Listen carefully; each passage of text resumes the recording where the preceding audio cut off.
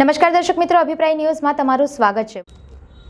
દાહોદ નગરપાલિકામાં પ્રમુખનું શાસન પૂર્ણ થતાં વહીવટદાર તરીકે પ્રાંત અધિકારીની નિમણૂક બાદ તંત્ર એક્શન મોડમાં આવી ગયું છે। શહેરના મુખ્ય માર્ગ એવા સ્ટેશન રોડ અને ઠક્કર ફળિયા વિસ્તારમાં પ્રાંત અધિકારી, નગરપાલિકા સીઓ તેમજ ટીમ દ્વારા દબાણો દૂર કરવાની કાર્યવાહી હાથ ધરવામાં આવી હતી। આ દરમિયાન ખાણીપીણીની હોટલો અને કેટલીક દુકાનોમાંથી ગેરકાયદેસર પ્લાસ્ટિક પણ જપ્ત કરવામાં આવ્યું હતું। દુકાનની આગળ ગંદકી કરનાર વેપારીઓને દંડ ફટકારવામાં આવ્યો હતો। ઉપરાંત મુખ્ય માર્ગો પર શાકભાજીની લારીઓ અને પથારા હટાવી ટ્રાફિક વ્યવસ્થાને સુધારવાનો પ્રયાસ કરવામાં આવ્યો હતો। દાહોદથી જયેશ ગારી સાથે અભિપ્રાય ન્યૂઝ, વડોદરા।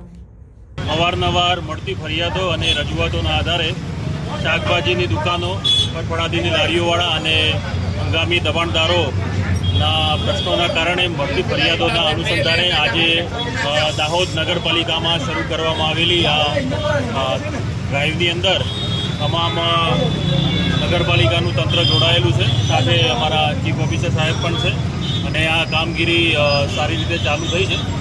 તમે જોઈ શકો છો એમ જે હંગામી દબાણ રોડ ઉપર થયેલા છે એને દબાણ હટાવવાની કામગીરી અત્યારે શરૂમાં છે અને આગામી લાંબા સમય સુધી આ કામગીરીના ડ્રાઈવના કારણે તમામ જે વિસ્તાર છે નગરપાલિકાનો એનો સમાવેશ કરી અને કોઈ પણ વિસ્તાર છૂટી ના જાય એની પણ તકેદારી રાખવામાં આવશે।